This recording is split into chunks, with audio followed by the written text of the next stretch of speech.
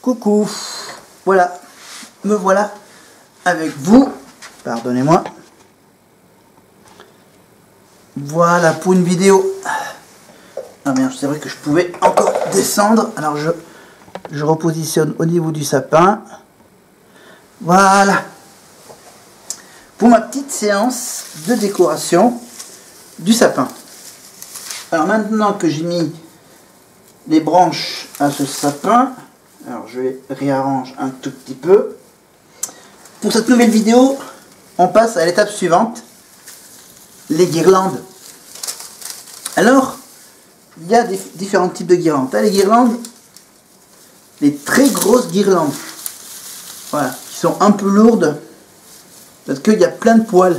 Regardez, guirlande dorée.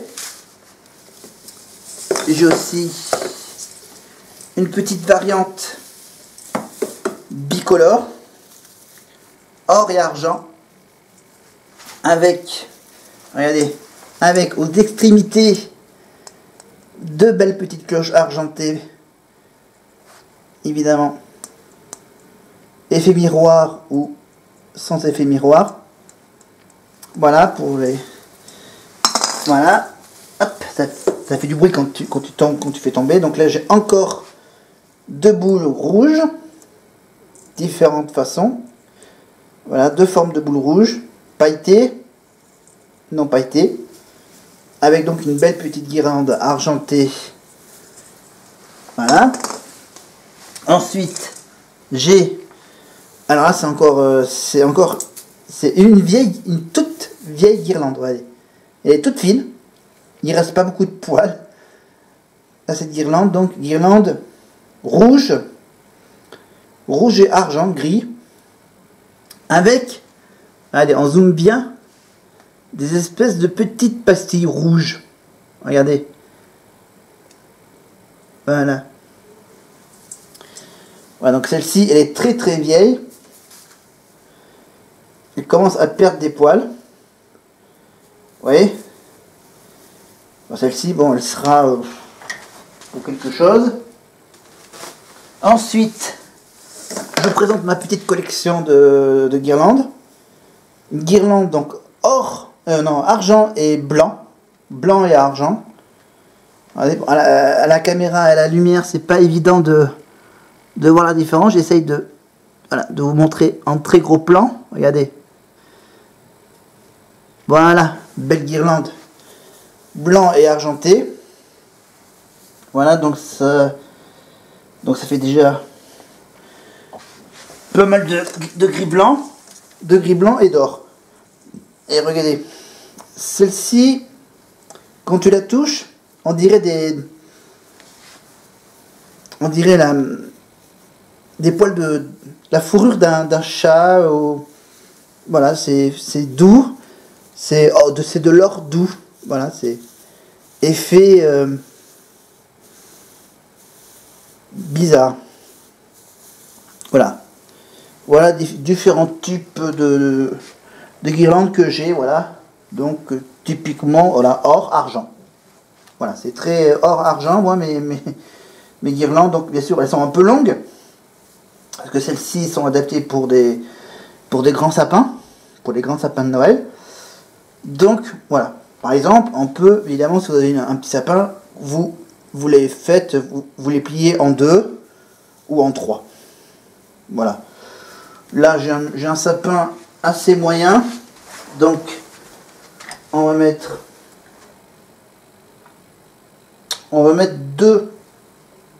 deux couleurs. Voilà. On va faire une guirlande or et une guirlande argent. Voilà. Donc, hop. Ah, c'est vrai que j'avais mis un espèce de pour faciliter l'accrochage, j'ai un petit un petit fil de fer, un petit attache pour attacher, par exemple, pour attacher le début de la guirlande. Voilà, au sommet. Hop, faut que le truc fasse faut que le fil fasse le tour. Hop, je fais une petite boucle pour la fixer. Voilà, et comme ça tu peux la cacher avec la guirlande. Hop, tu fais juste un mini tour. Voilà, et ensuite tu la fais descendre. Progressivement, tu fais un tour. Tu fais voilà, quelques, hop là, tu descends. Voilà, pour que ça couvre presque tout le sapin. Alors par exemple, tu mets d'abord une argentée en faisant bien des espaces pour ensuite laisser de la place pour la guirlande suivante. Voilà. Voilà, j'improvise un peu. Tac. Je le fais en direct. Hop. Le sapin. Alors, il faut que je laisse de la place. Donc, hop, là, je la descends. Hop, je la descends d'un étage. Voilà. Faut... Finalement, je l'ai pas plié en deux. Voilà. Faut que ça aille jusqu'en bas. Voilà. Ça le fait pas mal. Alors, argenté. Alors là, j'en ai mis une qui est pas très épaisse. On va mettre donc une argentée qui est pas très épaisse. Alors, on va prendre celle-ci.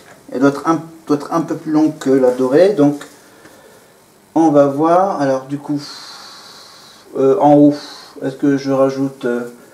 si, on va... Hop là. Voilà, on va quand même hop là, dresser la pointe. Voilà, et rajouter voilà, les quelques petites branches que je n'ai pas ajoutées et qui va me servir à fixer la guirlande argentée. Voilà.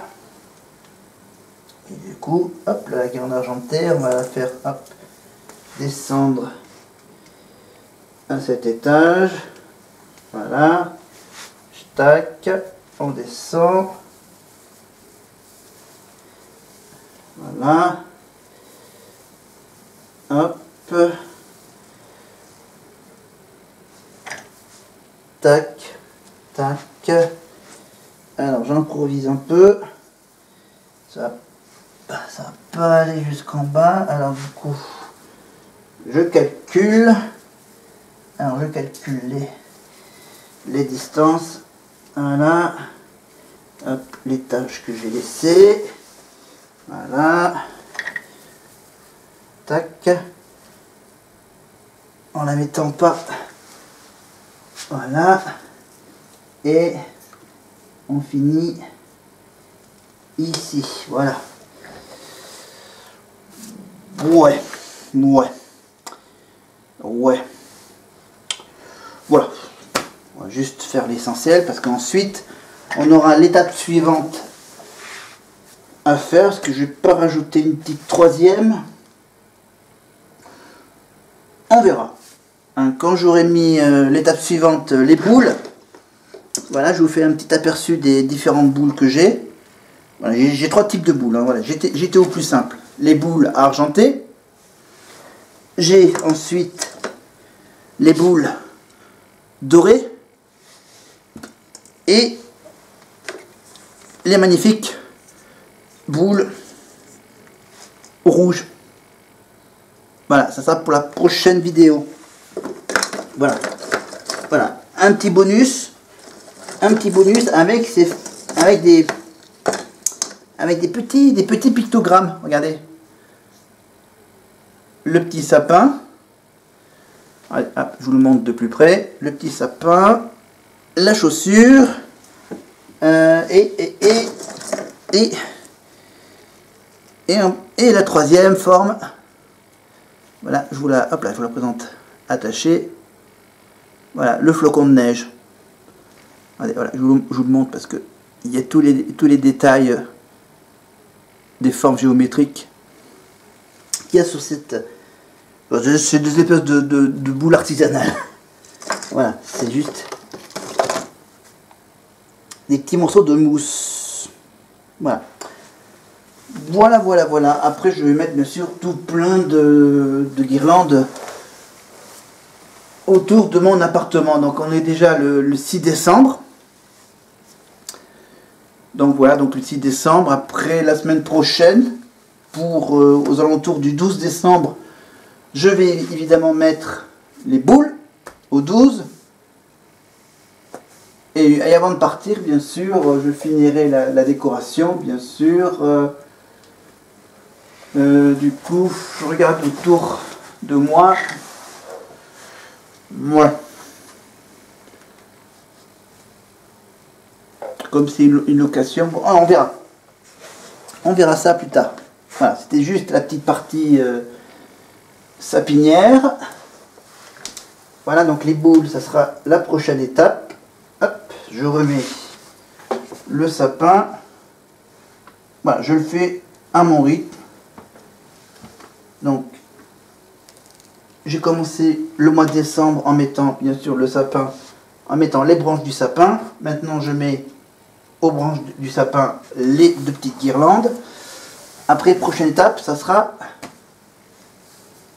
On va décorer les branches. On va décorer les branches en accrochant au bout de ces branches les boules de Noël. Voilà. Évidemment, dans les derniers jours, bien sûr, il y aura toujours la confection des cadeaux, mais ça, je le ferai à ma façon en caméra. Mais si vous voulez que je vous fasse une petite leçon ma petite leçon de mes confections de cadeaux, oh, ça ne sera pas une surprise, vous me le direz. Mais on revient à notre fil rouge hivernal, à notre fil rouge de Noël, les comédies musicales. Hop là, et pour que je fasse relire la feuille, voilà, la feuille avec, hop là, ma petite liste de comédies musicales que je barre au fur et à mesure que les sujets passent. Et maintenant, hop, là, je libère la place pour mon ordinateur avec mon sujet. Donc, mon sujet du jour, c'est... alors, c'était en bleu, donc j'entoure en noir. Donc, le sujet du jour, c'est Mozart et le Roi Soleil. Mozart, l'opéra rock, bien sûr. Mozart, l'opéra rock, le spectacle musical français avec un style gothique. Rappelez-vous, c'était mis en scène par Olivier Dahan et produit par Dovatia. On le voyait surtout Dovatia en tant que jury de la Nouvelle Star, Dovatia. Voilà, après Albert Cohen, bien sûr, Olivier Dahan, on les voit moins à la télé. Mais Dovatia, vous le connaissez bien si vous regardez la Nouvelle Star sur M6, et je pense qu'on le retrouvera dans l'émission spéciale que M6 ou W9 diffusera bientôt. Voilà, suite au succès du retour de la Starac, bien sûr, W9 et M6. Les chaînes du groupe M6, bien sûr, vont proposer donc un flashback sur les années Nouvelle Star. Voire même après, si ça marche, faire un retour avec les L5 sur Popstar. Mais parlons donc Mozart à l'Opéra Rock, donc avec donc, le spectacle de Dovatia. Septembre donc ça s'est joué du 22 septembre 2009 au 10 juillet 2011. 2009-2011, donc. D'abord, ils ont commencé par le Palais des Sports de Paris, puis bien sûr la tournée France, Belgique, Suisse, et bien sûr le grand final, évidemment, à Paris-Bercy. Voilà. Le spectacle, évidemment, ça alterne des morceaux de composition pop-rock, de classique, du compositeur Wolfgang Amadeus Mozart. Mais bon, on va pas faire toute l'histoire de Wolfgang Amadeus Mozart, parce que, en fait, le spectacle résume un peu la vie de Mozart. Enfin, une partie de la vie de Mozart, c'est pas toute la vie de Mozart, c'est que le spectacle démarre donc à l'acte 1, au moment où le destin de Wolfgang Amadeus Mozart bascule. Voilà, ça se passe à Salzbourg, je crois, en Allemagne, avec le prince archevêque de Salzbourg. Le nouveau souverain est un homme austère et autoritaire qui est insensible à la musique de Mozart et allergique à la fougue et à l'impertinence du personnage. Pour Mozart, la vie à Salzbourg devient vite intenable. Eh oui, il était jeune, il avait 17 ans quand il a décidé de quitter sa ville natale en compagnie de sa mère à la recherche d'un avenir meilleur dans une capitale européenne. Le périple, bien sûr, est jalonné d'échecs et de cruelles déceptions. Aucune cour européenne ne l'engage. Il connaît sa première déception amoureuse. Hein. Et il perd sa mère, bien sûr, et sa mère décède à Paris, voilà. Ville qui le rejette et l'humilie. Voilà. Malgré tout, il commence à se reconnaître, évidemment. Ensuite, on passe à l'acte 2, où Mozart réintègre sa vie austère et terne, donc à Salzbourg, quand on apprend le décès de l'impératrice d'Autriche. Le compositeur doit accompagner son employeur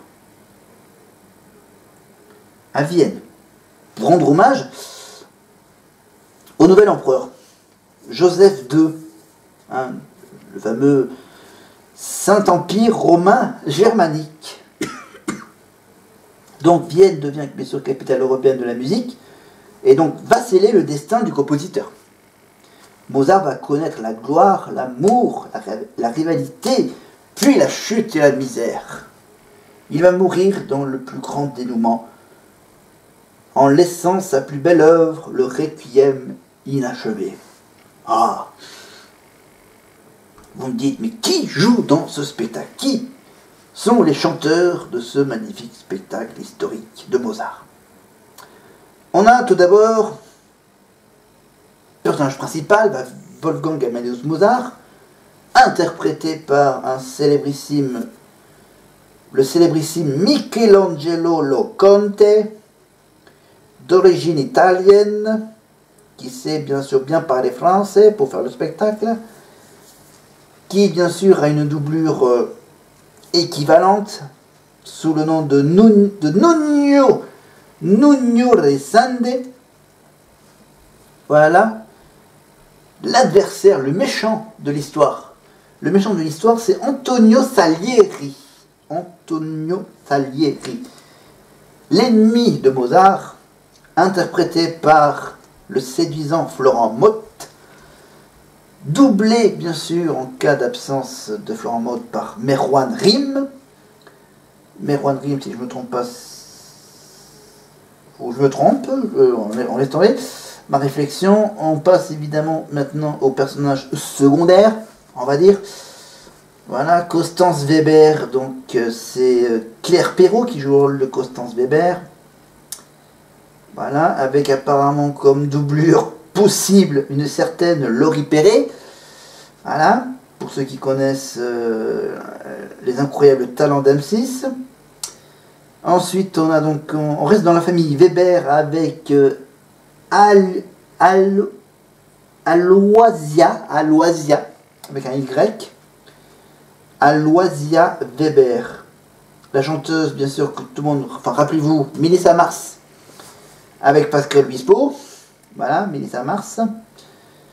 Voilà, on passe un peu les doublures. Voilà, on a ensuite le personnage de Léopold, joué par Solal, le chanteur Solal, bien sûr. Nanerl, ça doit être un L à la fin. Voilà, et ensuite on a bien sûr les tout petits rôles de l'aubergiste Merwan Rim et de la diva donc interprétée par Estelle Michaud. Voilà. Et Nanerl, c'est Maëva Méline qui joue bien sûr ce rôle. Après, bien sûr, il y a différentes versions. Hein. Tu as la version française de 2009 à 2011. Ensuite, ils sont passés en version coréenne en 2016. Version coréenne, donc avec toujours Michelangelo Loconte, avec bien sûr d'autres personnages secondaires. Voilà. Ensuite, tu as la version chinoise en 2018, donc encore une fois, bien sûr, Michelangelo, Florent Mott, pour la version asiatique. Voilà, Aurore Delplace, évidemment, le troisième personnage, etc., etc., etc. Voilà, avec Merwan Rim également, voilà. Voilà, ensuite tu as une version aussi chinoise et taïwanaise, bien sûr. Et donc 2018-2019, donc une dernière version chinoise avec donc Michelangelo Loconte, Anaïs Delva. Et oui, Anaïs Delva a joué donc dans une tournée chinoise en 2018-2019.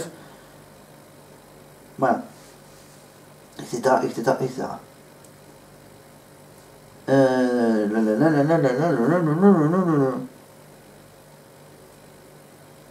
D'accord. Ah, et en fait c'est pas fini. Parce que là, j'en étais où? J'en étais en 2018-2019. Non, c'est bon, non, c'est ça. Ah, mais donc là, il y a tous les autres personnages. Et bon, je vais pas vous faire toute la liste. Je regarde s'il y a des trucs intéressants dans la liste des personnages suivants. Alors, les personnages suivants.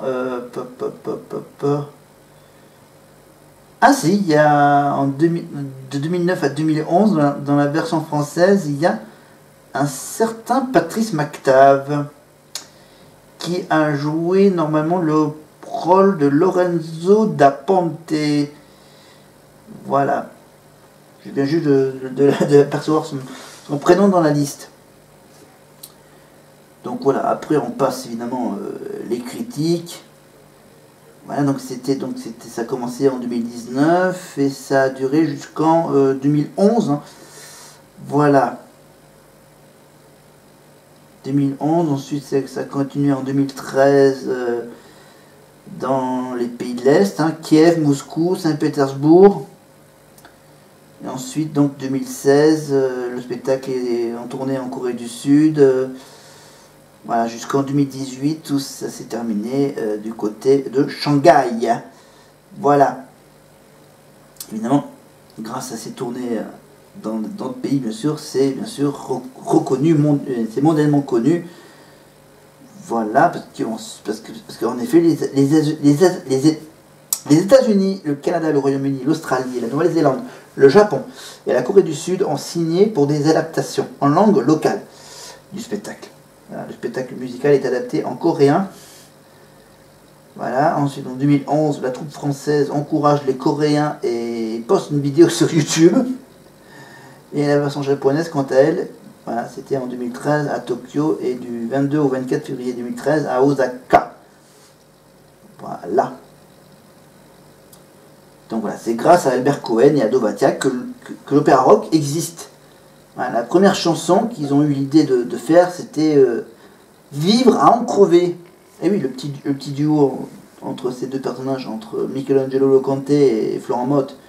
Michelangelo, qui est un peu la voix douce du spectacle, avec Laurent Mott, voilà. Non, c'est la voix rock du Michelangelo Loconte et la voix douce de Florent Mott qui feront donc de ce duo magnifique un bon lancement pour le spectacle. Voilà. Voilà, ensuite ils ont sorti un deuxième single, donc ensuite donc on a la chanson collectif l'assassin. Ah non, c'est quoi déjà la chanson finale? C'est bientôt la fin, c'est ça? C'est ouais, parce qu'en fait là, ouais, la chanson la symphonie, c'est Florent Mott qui le chante en juin 2009. Ensuite ah oui, Le bien qui fait mal. Ça c'est un titre très rock. En fait, comme ça s'appelle l'opéra rock, bien sûr, il faut bien qu'il y ait du rock. Voilà, donc Le bien qui fait mal. Ensuite, le 6e single, c'est Bientôt la fin. Voilà, c'est ça, c'est Bientôt la fin. La chanson où on entend à peu près toute la troupe. En 2010. Voilà. Et le DVD est sorti donc en novembre 2010.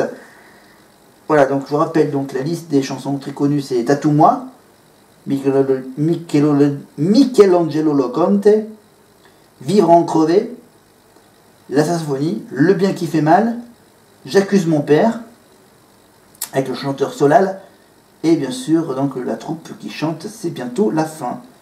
Mais en fait, il y a toute une série de chansons. Hein. Voilà, t'as Melissa Mars qui fait Bim Bam Boum. Voilà. Voilà. Comédie, tragédie, Merwan Rim.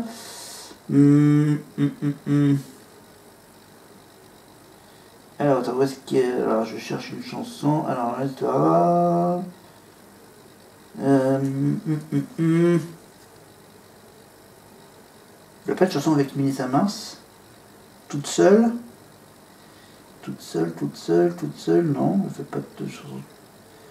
Enfin bref, voilà. Donc, le spectacle musical, alors du coup... Non, ça c'est encore le CD. Alors, j'ai pas vraiment la durée du spectacle. Parce que bien sûr, il y a les chansons, et entre les chansons, il doit y avoir des scènes de texte. Voilà. Alors, les récompenses. ONH Music Awards en 2010, groupe duo, troupe francophone de l'année, révélation francophone de l'année avec Florent Mott, chanson française pour la symphonie. Voilà.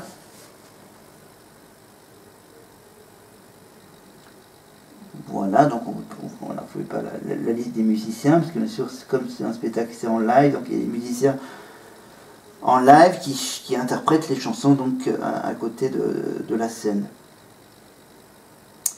Voilà ce qui concerne Mozart, l'opéra rock. Ok. Alors, à vous de comparer. On va tout de suite comparer avec... Je vais donc taper ça sur la barre de recherche Wikipédia avec le Roi Soleil. Hop là, Roi Soleil, comédie musicale d'Emmanuel Moire. Produit, donc on reste toujours avec Dovatia, comme par hasard, Dovatia et Albert Cohen. Donc cette fois-ci on passe à, alors on passe donc c'était, je crois, c'était en 2008 hein, Mozart, mais juste avant de faire Mozart, il avait décidé de venir, de passer du côté du royaume du Roi Soleil, Louis XIV, la vie et les amours du Roi Soleil. Voilà, chorégraphie, cette fois-ci, bien sûr, c'est Kamel Walid qui fait la chorégraphie. Comédie musicale, donc évidemment. La première du spectacle, Le Roi Soleil, c'était en septembre 2005 au Palais des Sports de Paris. La dernière, c'était en 2007. Ça a bien duré pratiquement 2 ans. Et ça se finit, bien sûr, comme pour Mozart, au Palais des Sports de Paris-Bercy. Au Palais Omnisport de Paris-Bercy, après 2 saisons à Paris. Et 2 tournées en France, Belgique et Suisse. La comédie musicale a remporté 2 récompenses, le NJ Music Awards de la troupe, du groupe duo francophone de l'année, en 2006 et en 2007. Voilà. Donc voilà, les 2 années où a eu lieu ce spectacle. Alors, l'histoire. Alors là, l'histoire est un peu plus longue. Voilà, donc ça c'est bien sûr l'histoire qui est introduite par Molière. En fait, ça explique un peu les scènes. Voilà, le jeune Louis XIV est sacré roi de France à Reims, sauf que le pouvoir lui est confisqué par sa mère Anne d'Autriche, et Mazarin, qui mettant en doute la capacité du jeune monarque à régner seul, voilà, la cour rend hommage au nouveau roi, et voilà. Et son frère donc chante la comédie musicale, bien sûr, ça marche. Ça marche. Évidemment, le chanteur qui joue le rôle du monsieur, son frère, n'est autre que Christophe Maé, évidemment. Évidemment, Louis XIV est interprété par Emmanuel Moire, qui chante, évidemment, la chanson que tout le monde connaît, « Être à la hauteur de ce qu'on vous demande », etc., etc. Voilà, bras dessus, bras dessous, évidemment, ça marche. Voilà, ensuite... après, il y a plein d'autres chansons avant. Voilà, alors voilà, Louis apprend l'amour auprès de... Louis apprend l'amour auprès de Marie Mancini, une émigrée italienne, sans naissance et nièce de Mazarin. Au début de son règne, le jeune monarque veut s'affirmer. Il décide alors de partir à la guerre à la tête de son armée, en dépit de Mazarin et de sa mère, mais Marie est prise par une mauvaise intuition. Voilà, hélas, l'intuition dit vrai. En effet, Louis tombe à la guerre, tout le monde le croit mort. Par conséquent, la cour l'oublie pour se tourner vers monsieur qui refuse de porter la couronne. Voilà, évidemment, monsieur, je parle évidemment de Christophe Maé dans le spectacle. Voilà. Tout d'un coup, bien sûr, Louis revient miraculeusement à la vie. C'est à ce moment-là qu'il tombe éperdument amoureux de Marie, qui ne l'a pas oublié, bien sûr, et demande instantanément en mariage. Donc là, du coup, bien sûr, c'est « je fais de toi mon essentiel », etc., etc. Pourtant, Anne d'Autriche et Mazarin mettent fin au lien amoureux en condamnant Marie à l'exil et en forçant le jeune roi à épouser donc une infante d'Espagne. C'est ainsi que le premier acte finit par la douleur de la séparation. Louis XIV apprend alors qu'il a sacrifié son destin d'homme à celui de roi. Ensuite, bien sûr, on passe dans l'acte 2 par la mort de Mazarin. Donc, bien sûr, Louis XIV... voilà. Donc, dans ce deuxième acte, Louis va se perdre dans les bras de nombreuses femmes, dont la sulfureuse Madame de Montespan, voilà, et vivre dans le luxe en oubliant son peuple, qui va payer un lourd tribut à la construction d'un rêve démesuré, le château de Versailles. Voilà. Colbert donc prévient le roi que les dépenses sont très lourdes pour construire un tel bâtiment, mais Louis est aveuglé par ses rêves de grandeur et magnificence. Par conséquent, le royaume est au bord de la révolte. Il est annoncé aussi que le duc de Beaufort n'est pas étranger à l'agitation qui règne. Là, je raconte bien les histoires. Hein. Voilà, accompagné de Madame Montespan, qui lui rappelle... Voilà, donc je raconte pas toute la suite. Voilà. En fait, je ne raconte pas la fin. C'est bien, comme ça. Alors, donc, je vous rappelle, donc, Louis XIV, c'est Emmanuel Moire. Ensuite, Marie Marcini, c'est Anne-Laure Girbal. Christophe Maé, bien sûr, qui joue le rôle de Philippe de France. Katia-Lyne Andria, Madame de Maintenon. Encore du Merwan Rime dans la troupe, évidemment, qui joue le rôle de François de Vendôme. Victoria, rappelez-vous Victoria Sio, qui joue le rôle donc de la fille du peuple Isabelle. Victoria Sio, c'est celle qui chante la chanson de la série Heroes. Voilà, recherchez ça sur internet. Victoria Sio, la chanson de la série Heroes. Voilà, avec des super pouvoirs. Et dans les seconds rôles, qu'est-ce qu'on a de connu? Donc on n'a pas beaucoup de trucs connus. Voilà, des personnages secondaires, donc Anne d'Autriche, Molière et Mazarin, Ninan de l'Enclos, Colbert, entre autres. Voilà. Et puis ensuite, du côté des doublures, pas de très connus. Voilà, donc les chansons les plus connues, évidemment, ce que je vous avais dit, c'est Être à la hauteur, Ça marche. Qu'est-ce qu'il y a comme chanson? Je fais de toi mon essentiel, bien évidemment, Emmanuel Moire et Anne-Laure Girbal. Après, dans l'acte 2, alors, est-ce qu'il y a une chanson intéressante? Un geste de vous, ça aussi, ça doit être un truc connu. Et Vice Versailles aussi, de la chanson de Christophe Maé, dans le spectacle musical, bien sûr. Et ensuite, donc, la dernière chanson, c'est Tant qu'on rêve encore, évidemment. Et ensuite, les rappels d'être à la hauteur et je fais de toi mon essentiel. Voilà. Donc après, bien sûr, il y a tout un traitement sur l'histoire, évidemment, la véritable histoire, etc. Donc, il y a eu quand même, donc je rappelle bien sûr qu'il y a eu quand même des échecs, des échecs plus ou moins importants. Les Demoiselles de Rochefort, la comédie musicale des Demoiselles de Rochefort qui n'a pas été un gros succès. Belle Belle Belle aussi, ça n'a pas été un grand succès, même si c'est produit par Gérald Louvain. Voilà. Voilà. Donc comme c'est Kamel Wally, bien sûr, ça fait un petit rappel à celui le spectacle des 10 commandements, qui a été bien sûr un grand succès.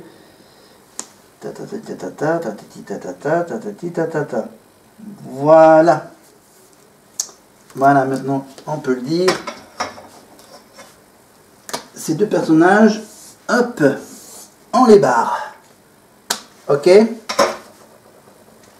Voilà, c'était un bon petit chapitre sur Mozart et le Roi Soleil, donc sur Dovatia, entre autres. Maintenant, la prochaine fois, la prochaine vidéo, ça sera sur deux personnages, comment dire, qui peuvent exister,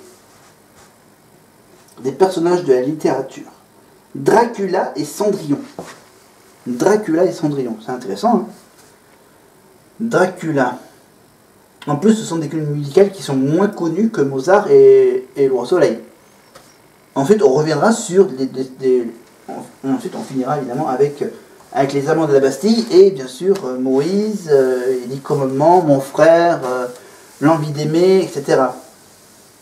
Voilà, là on revient donc à la littérature et ensuite on reviendra un peu sur des événements historiques et bibliques. Historiques et bibliques. Voilà, 1589 et ensuite, voilà. Les esclaves, Moïse, la mer qui se coupe en deux, etc. Enfin bref, tout plein d'histoires à suivre donc pour une prochaine vidéo. Donc Dracula et Cendrillon. Et avant de parler de Dracula et Cendrillon, bien sûr, on finira le sapin avec les boules. Et ensuite, donc normalement, la dernière semaine, donc ça sera 1789 et les 10 commandements. Et cette fois-ci, ça sera le jeu, vous verrez bien. Voilà. Bon, j'ai pas que ça à faire, faut que je prenne une bonne douche. Bon, je raconte tout. Et donc voilà, me coucher. Maintenant que j'ai vu donc les deux derniers matchs pour les huitièmes de... C'est quoi? C'était les huitièmes de finale. Voilà, les huitièmes de finale de la Coupe du Monde au Qatar. Donc, avec donc comme résultat... Alors, les résultats... Hop, je prends la feuille, hop, là, la petite fiche. Alors, tableau des quarts de finale. On commencera tout d'abord par le 9 décembre. Le 9 décembre avec Croatie-Brésil. Croatie-Brésil, le vendredi après-midi. Vendredi soir, Pays-Bas-Argentine.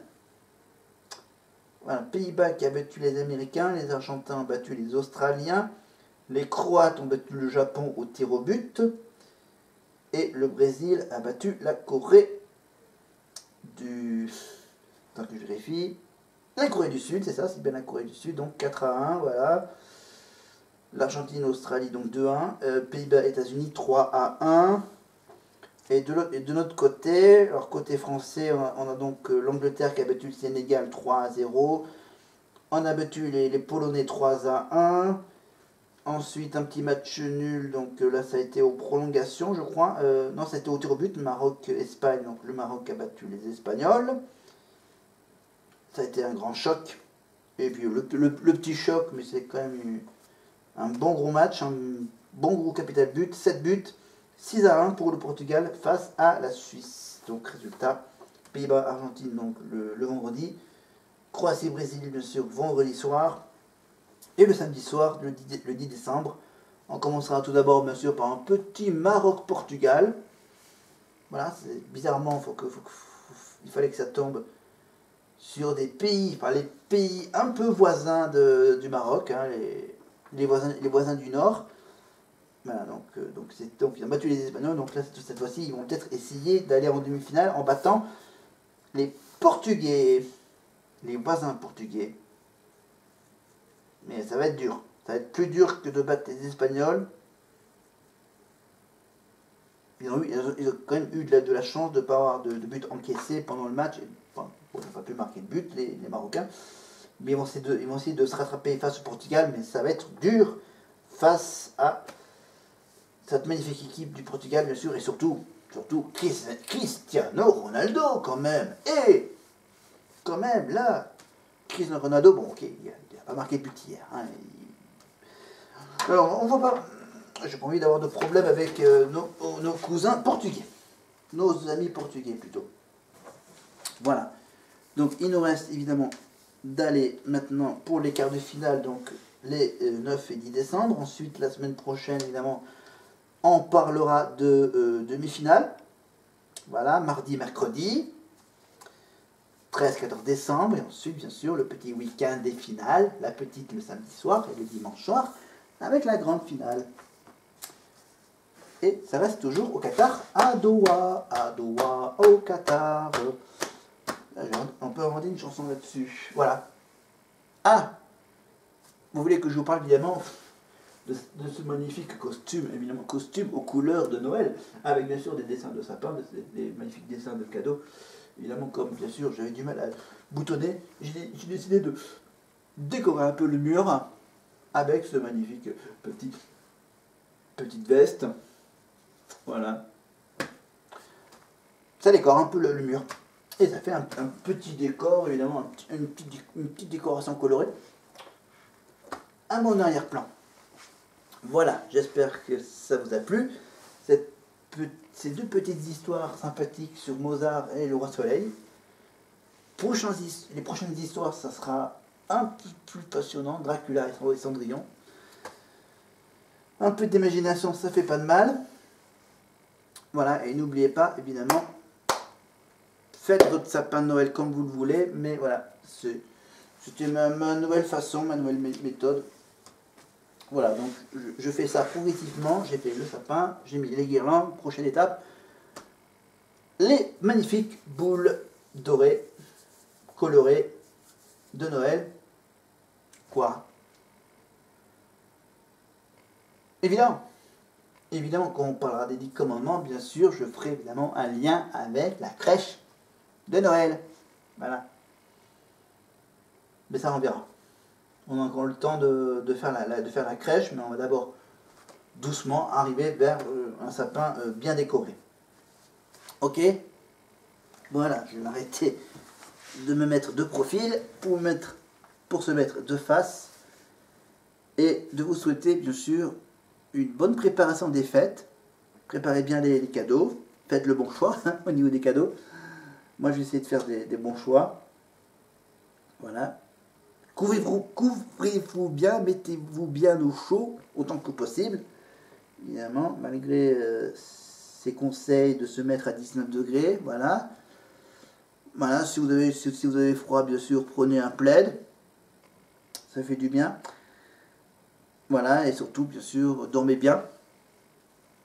Voilà, dormez bien dans vos lits bien épais, avec une couette, un édredon. Eh oui, une bonne couverture, des bonnes épaisseurs de tissu pour bien être au chaud dans votre lit. Et surtout passer de bonnes nuits. Voilà, malgré tout ce qui nous arrive en ce moment. Hein? Voilà, je regarde si j'ai rien oublié. Voilà, je fais donc bien sûr à mon rythme aussi moi mes petits cadeaux pour la famille. Voilà. Et puis ensuite, bien sûr, on prépare le passage à la nouvelle année. Commencez, bien sûr, pour commencer peut-être déjà un peu à réfléchir de ce qui pourront être vos prochains objectifs, bien sûr, sous forme de résolution. Les résolutions pour la nouvelle année, c'est pour bientôt, c'est pour une bonne vingtaine de jours. Donc, commencez déjà un peu à scruter votre mémoire de ce que vous avez fait cette année, de ce qu'il vous reste encore à faire, de ce que vous n'avez pas pu faire cette année, et que vous pourrez peut-être le faire l'année prochaine, s'il n'y a pas de problème de virus, s'il n'y a pas de problème de guerre aussi, ou de problème de crise de la vie de tous les jours. Allez, j'arrête de parler dramatique, parlons bien sûr positif, et soyons positifs. Espérons que l'avenir passera mieux que ces derniers jours. Allez, n'oubliez pas de vous abonner, bien sûr. Abonnez, cliquez, petite cloche pour être prévenu de mes prochaines vidéos, bien sûr. Voilà, je prends mon temps pour les faire, pour les enregistrer, pour vous les proposer. Voilà, qui sont évidemment peut-être un peu longues, mais qui sont surtout essentielles et intéressantes peut-être pour certains d'entre vous. Évidemment, voilà. Et comme c'est l'hiver, bien sûr, hop, des petites chaussures. Quoi? Hein, ça? Ça, les petites oreilles. Et ça sera, et c'est bien sûr, si vous voulez que je vous en parle de mes petits chaussons, peut-être que je vous en parlerai, ça sera peut-être une des nombreuses petites idées cadeaux. Mais ça, je vais attendre les derniers jours pour vous en parler. Ah, je vais baisser, je vais m'arrêter là. Voilà. Allez, je vous laisse tranquille, j'ai plein d'autres trucs à faire. Alors, je vous dis, je vais donc couper la lumière d'un coup. Boum. Et je vais vous laisser un peu dans le noir pour finir cette vidéo dans le calme total. Et on se retrouve donc pour une nouvelle histoire, de nouvelles histoires et de nouvelles aventures avec moi ici sur ma chaîne YouTube. Allez, salut! Ah ouais. Ah, il faut avec la télé, ça marche moins bien. Allez, bye!